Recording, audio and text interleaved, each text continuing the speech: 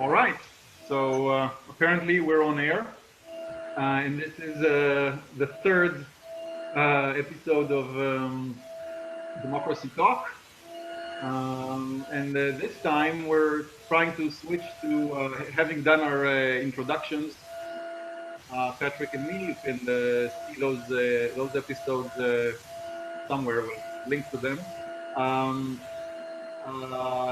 Having done those things, now we want to switch to our kind of what we hope will be our regular format, which is conversations about those topics that are interesting to us, democracy, what it is, what it is not, what its relationship to what exists in the world and current events.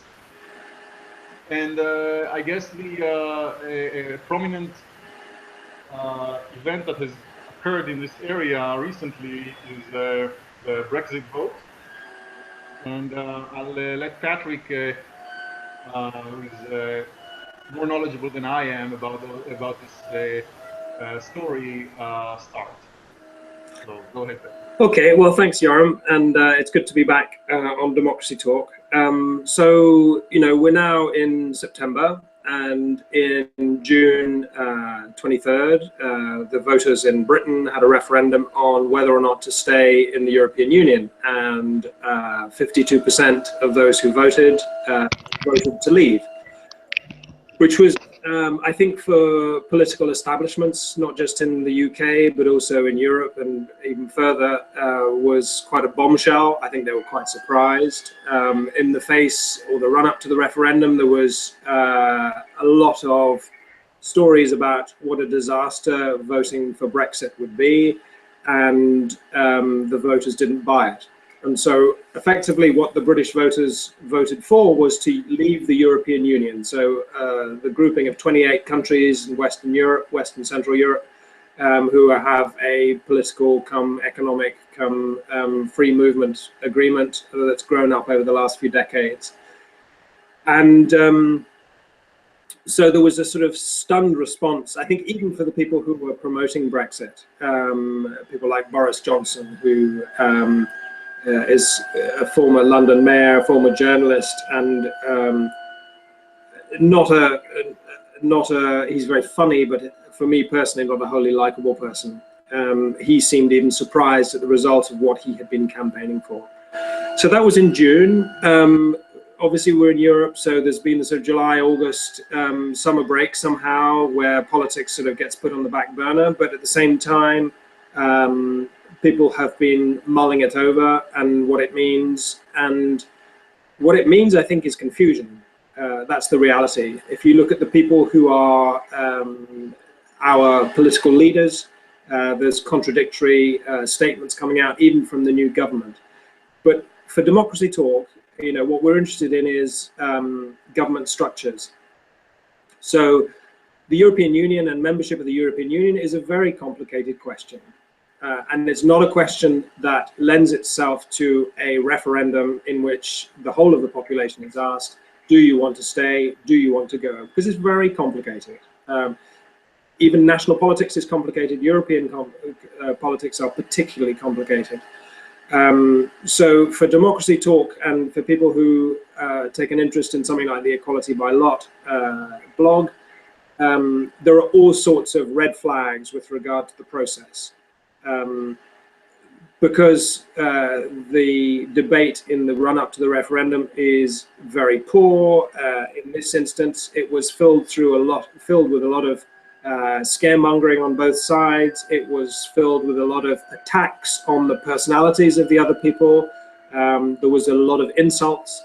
I mean, and let me declare at this stage too, I voted for Brexit. I live in France, but I still have a vote in the UK, and I voted for Brexit. And what was interesting for me is that that was consistent with my own evolution of thinking about the European Union over sort of 10 years at least. And in the book I wrote about my life as a journalist and my reflections on democracy called Broadcast News, the second chapter is basically, which I wrote and finished in 2011, was basically Brexit. It was basically the European Union is undemocratic, it's unaccountable, it's unreformable. And there really is only one thing to do about it, and that's to leave it, and to not to reject the notion of a European Union type project, but to certainly reject it in its current form. So okay, I voted Brexit. So Patrick, I take it for granted that the European, I guess we're having some feedback. I take it for granted that the European Union is undemocratic. The question is, you know, I guess, you know, the European Union has some power currently, or had some power in the pre-Brexit structure. Now that power will move somewhere else. Will that somewhere else be more democratic? I mean, if we're talking about moving power from Brussels to Westminster or London, or that's not a democracy either, right? I mean, these people don't represent the interests of the average Brit, you know, UK citizen. More, or do they? I mean, I don't believe they're closer to representing the interests of the average UK citizen than the average Brussels functionary / politician, right? It's a very good question, Yoram, and I think probably the short answer is no. But what you're looking at is, you know, and this is in the ideal world, but what you're looking at is in the face of multiple layers of non-democracy, which, you know, local government, regional government, national government, and for Europeans, European Union government, it's sort of, where do you start to disentangle the spider's web of non-democracy? And you would have to be opportunistic about that. And it so happens, I mean, the reason there was a Brexit vote is because of internal ructions within the Conservative Party. So the major party in the United Kingdom has always had a sort of a split personality with regard to Europe. On the one hand, they like the idea of the big market of 500 million people. And then on the other hand, British people, by virtue of being an island, are a bit like the Japanese. You know, they're very apart. And so British people often talk about Britain and Europe, which is to ignore that, you know, Britain is part of Europe. The same way as you wouldn't say Japan and Asia. Japan is in Asia. But the mentality of the British is very much apart. So we are victims of our geography and history as far as that's concerned. So will the Brexit vote lead to more democracy for British people? The answer would have to be not necessarily, and no one really knows. But if you were looking at this from the point of view of human beings anywhere on planet Earth, I think by taking the way things are set up with the European Union at the moment, there's probably more chance of British people getting a more democratic daily life by leaving the European Union than staying in it. And that's my point of view. And I know why is that? Agree with that. It's because I spent 5 years in Brussels as a journalist, and there are, without going into the details of the government structure in Brussels, it's very complicated. So there's sort of meshed responsibilities for decisions and meshed structures of power. And when you get complexity in decision-making structures, you get, at the very best, disengagement of people generally, but by worst is complete ignorance and darkness with regard to how decisions are taken and who influences them.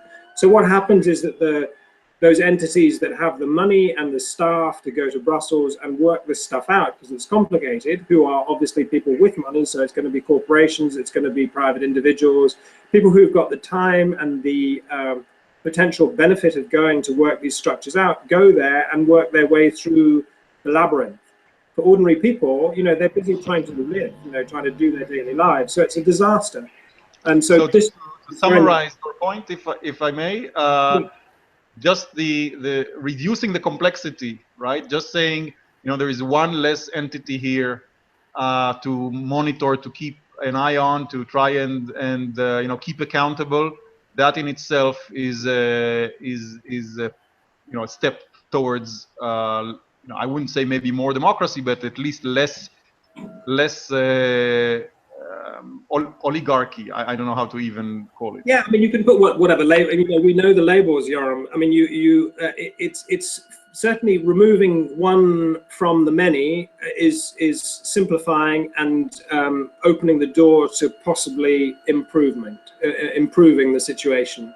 It's not automatic, and there are dangers as well. So it's, as I said at the beginning, this is a very complicated picture. And what I'm giving is my own personal point of view. And in summary, it's that the European Union is not reformable and it's not accountable. So you have a better chance of having a more transparent and influenceable government structure by not being in the European Union.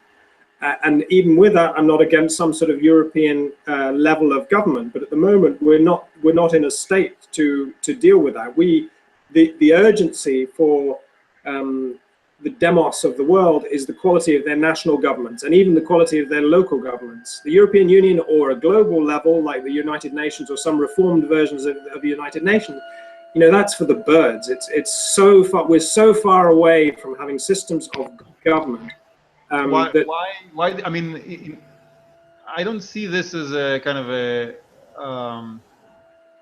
an essential characteristic. I mean, why is a government of 60 million, right? That's how many UK citizens there are, more or less.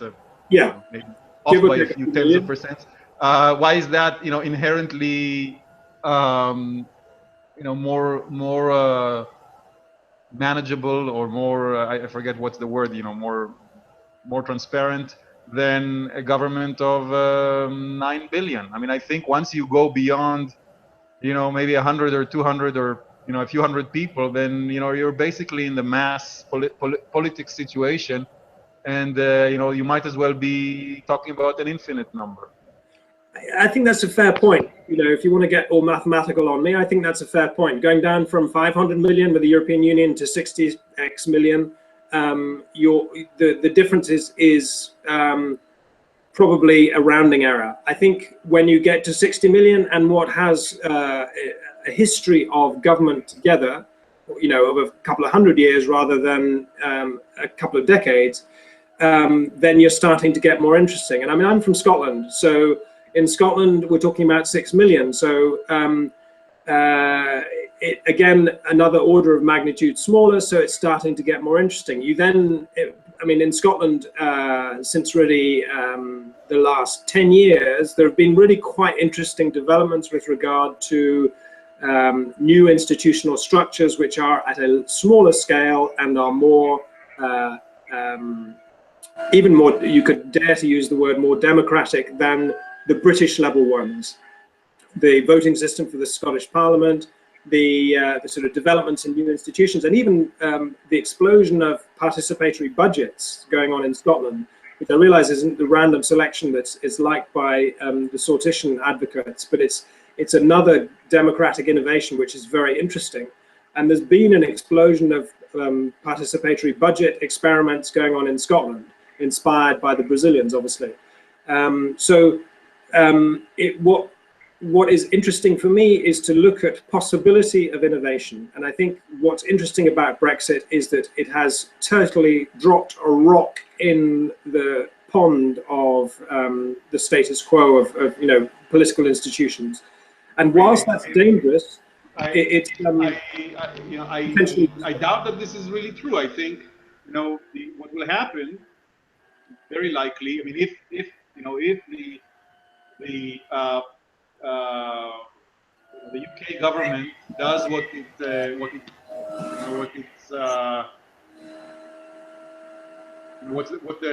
voters told them to do supposedly, but what they don't really want to do, right? What the UK does not want to do, and pulls away from the EU, we'll get back to a situation where you have a country that's ruled by an elected government and all of that stuff. I don't see this as leading anywhere like a reconsideration of a deep reconsideration of established government structures. Well, you're a terrible cynic, and that's what I love about you. But what it opens up is what I'm saying, and frankly, I'm not making any grander claims than that. But what it's opening up is the possibility of change. When I look to the European Union, when I both as a a daily reporter there, but also once I left Brussels in whatever it was, '97, and looked back at it, and also started to think more about what democracy means, from a professional perspective as a journalist, which is if I'm reporting on politics, I should really understand these things more deeply. The European Union is never going to make itself more accountable on its own. The structure it's like Sure, no, stuck in. Fine. I mean, I grant that. I grant that. That's not the issue as far as I'm concerned. I guess, what I'm asking is, basically, I guess what I'm saying is, a blunt instrument like a plebiscite or a referendum, it can never really do anything. I mean, well, I'm exaggerating a bit, but if you're letting the elites set the agenda, and what you have to do is say yes or no to a set of answers, a set of questions, and the elites remain in management positions, even if you gave them your instructions, and even if they were much more detailed instructions than they were in this particular referendum. They're still in charge. They're still doing the management. So my point is, until we get to a situation where normal people are doing the detailed, the day-to-day management, I find it really hard to believe that anything fundamental will change. But Yoram, so let me say this loud and clear. I completely agree with you. Okay. So we're looking at we're watching the pictures change, as it were, and the film is still the same. And so a referendum is a disastrous mechanism to try and gauge public opinion, when the way it was done in the UK. So this was a straight up and down yes/no question, and it had a disastrous.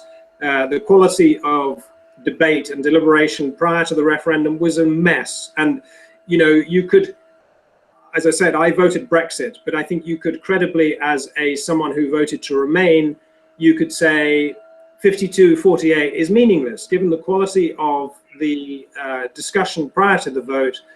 Who could honestly claim 52-48 truly represents what the British people think about the European Union? And I have to say I'd agree with them. And there's a very interesting sort of contrast on this, which is with Switzerland. So Switzerland has obviously a tradition of referenda, and it also has various mechanisms in place, which means that it's not a straight black and white result. There are mechanisms which allow institutional dialogue and negotiation with regard to the referendum result, and almost a sort of like with a good insurance contract, a sort of cooling off period and a what does this really mean process. And there are sort of mechanisms in place in Switzerland to allow that to take place. And there are also mechanisms and a culture which means that they are better equipped to deal with what a referendum really means. Whereas the UK very rarely has a referenda, and the UK has a very messy and unwritten constitutional structure. So they're making it up as they go along. And why am I raising Switzerland in this context is because the Swiss are in the process of negotiating with the European Union about free movement of people versus Swiss access to the single market. And so there's a very intriguing parallel process going on between Switzerland and the European Union at the same time as Britain within the European Union but wanting to get out is responding to the result of the Brexit vote and trying to find out what that really means. And no one knows. But watching as a democracy nut, as I am and as you are, as people who are interested in democratic mechanisms, it's a very interesting parallel to make the comparison. well, okay. I don't want to get into the Swiss mechanism. To me, at least potentially, all this talk about referenda and mechanisms for how do you call it, cooling off and negotiation. All of that smacks to me of exactly those complexities that you decried earlier when they came to the EU, and so at least potentially these are not. I mean, at least potentially to me these are negative things, but I really don't want to get into Yeah. this point because I want to get to another part, which to me is a rather kind of juicy part of the Brexit vote, which is the response, what you refer to as the shock in elite circles, basically, to the vote. I kind of the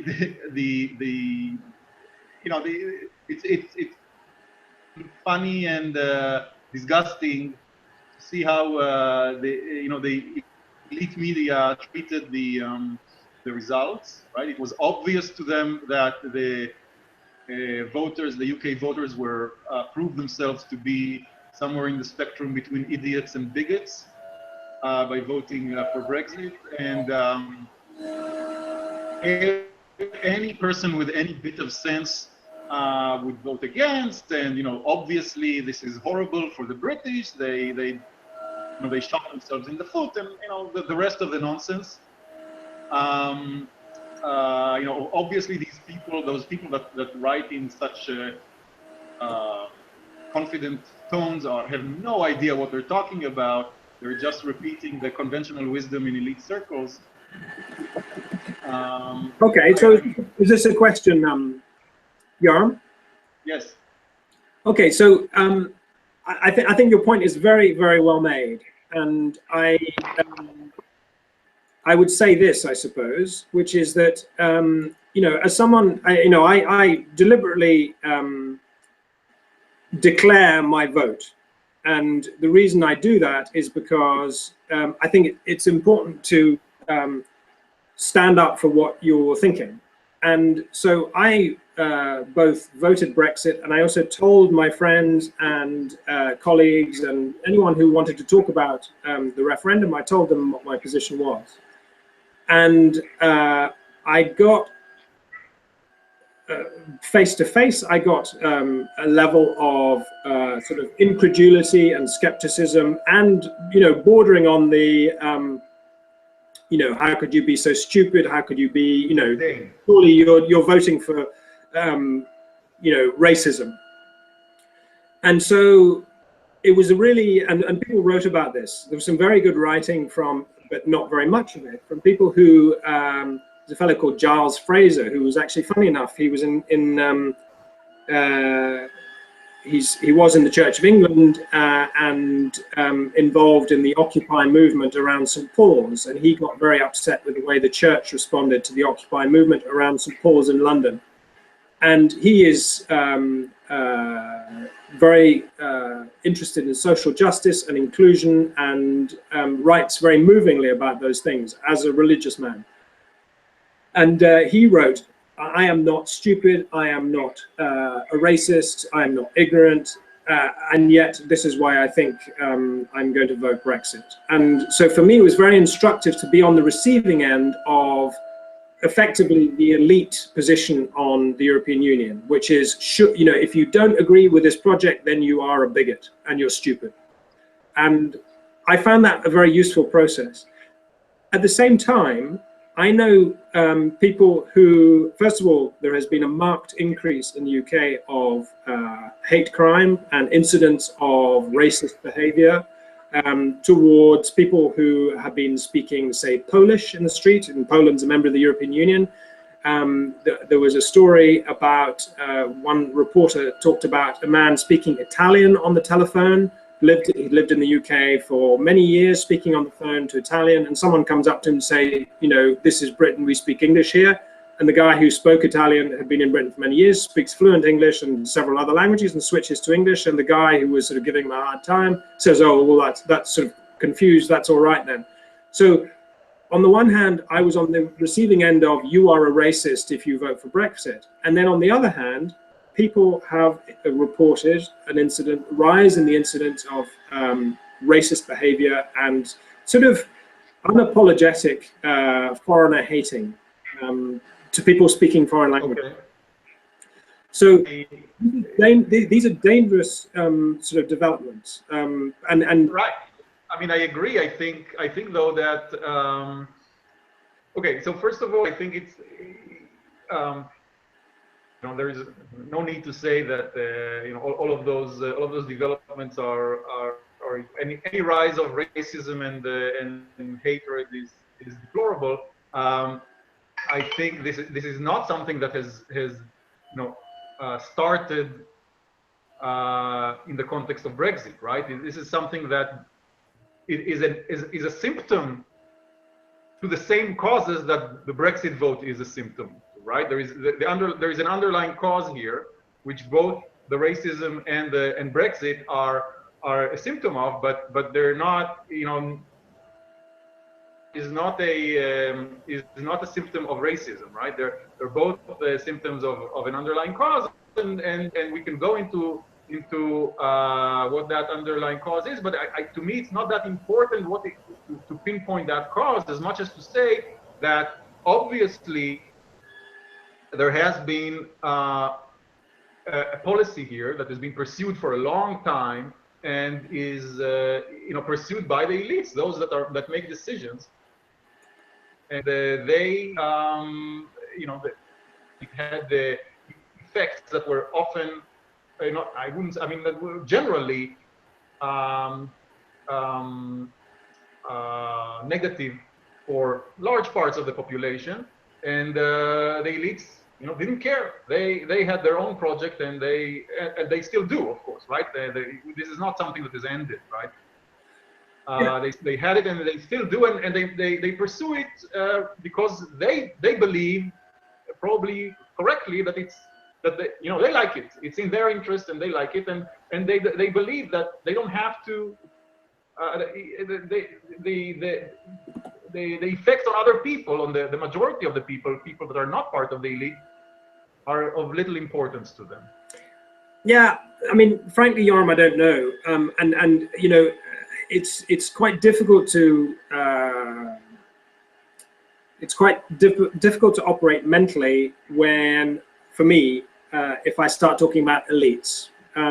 What I'm sort of bringing it back to is, so on one side there were people voting to leave, you know, the European Union, and on the other hand there were people who are appalled by what they see as the racism. And I do think it's important to look at what the underlying things are. You know, to look, because empirically you can look at yourself and what you're thinking yourself, and you can talk to people around you and find out what they're thinking. When we start to talk about elites, we sort of lose our own power as human beings, because it's abstract. Why is that? It's because, you know, I'm not going to go today and meet an elite. You know, I'm not going to meet George Soros today in my garden. But you read, when you're exposed to the media, you're exposed to elite discourse. You're exposed to elite ideology. These people make decisions for all of us, and they broadcast their ideas. They propagandize us. This is something that it's extremely important to be aware of and to discuss. It has to be, yeah, you know, ignoring these realities, you know, avoiding those terms is a major part of the problem. Okay, I take your point. So I suppose what I'm trying to say is that what is interesting for me to explore on a personal level is notions of fear. And so when people accuse me of racism or ignorance in the face of my political decision, I think it's interesting to look at that and to look at where they're coming from. And so what I look at is, okay, so in the past, I know that for myself, I've held doggedly and dogmatically to political opinions. And I probably have been guilty of exactly what they've done to me in this Brexit process, as they are doing, you know, at the same time. So for me, rather than to go off onto the abstract, it's actually on a personal level, is to say, okay, so in the past I've done that, and here I'm getting treatment that probably I have given out to other people in the past. So let me look at questions of fear. Why is it that someone behaves in a racist manner? And often it is fear. Often it is because they have they've either lost something, or they're frightened about losing something, or they are not familiar with the language and they haven't had the opportunity to meet people. Or, I mean, in the Brexit scenario, when Labour was in power, the British Labour Party were in power, they agreed free movement of people with the joining of the European Union of places like Bulgaria and Romania and Poland. And so, you know, the British economy was set up for, you know, casual wages and casual hires. And so people came over from those countries. There was a big influx of people. And there are huge structural problems, economic problems in the UK. And so there are many people who are in precarious jobs or in no jobs at all. And so they see foreign people arrive, and it's that's exactly those policies. That's exactly those policies that I was referring to. But okay, before, I mean, I want to point out that we're 30 minutes into this recording. I think there is, you know, this is important, and I think this kind of also broadens out. The same processes happen in the US, and we wanted to mention those as well. I want to ask you, do we want to stop now and do this again real soon, maybe in a week, and pick up from where we left, rather, or just continue now for a bit more? I think it may be better to just having a more frequent conversations, you know, 30 minutes each, rather than have this very long. Yeah, I think maybe we can come to an end for today, Yoram. I mean, if today is a Brexit day, you know, in summary, the British voted on the 23rd to leave the European Union. It was a referendum, which is a disastrous way of trying to find out what people really want and what would serve them best. There were people, Britain had a new prime minister as a result of that imperfect political process. And the way that a new prime minister arrived was democratically disastrous. You know, it was the people of the Conservative Party chose a new leader who became prime minister, because David Cameron resigned because he'd campaigned to stay and he lost. So Britain has a new prime minister, a disastrous political process from an influence of the people point of view. And now we have a very obscure political process which could take years, which is also a disastrous political process. It's not in any way democratic, and it's not in any way accountable. So what you've had in Brexit, and from a democracy talk perspective, is a train wreck of poor democratic processes, which will continue. So that's what I would say with regard to Brexit.